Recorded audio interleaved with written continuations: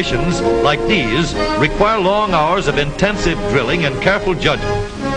When the troop goes around the corner, the riders on the outside of the turn have to adjust their speed to keep even with the riders on the inside.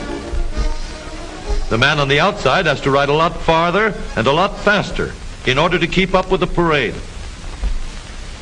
The outside wheels must spin faster than the wheels on the inside because they have a greater distance to travel in the same length of time. When a wagon turns a corner, the wheels can travel at different speeds because each one can turn freely on the axles. And in the early automobiles, the rear wheels turned separately and only one wheel was connected to the engine.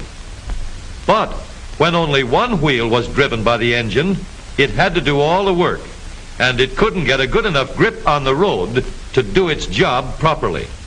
So the one-wheel drive was soon out of date. But if two wheels are locked on an axle so that they are not free to turn separately, one or the other has to slide. So engineers had to find a way to connect both rear wheels to the engine without sliding and slipping on turns. The device which makes this possible is a part of the rear axle.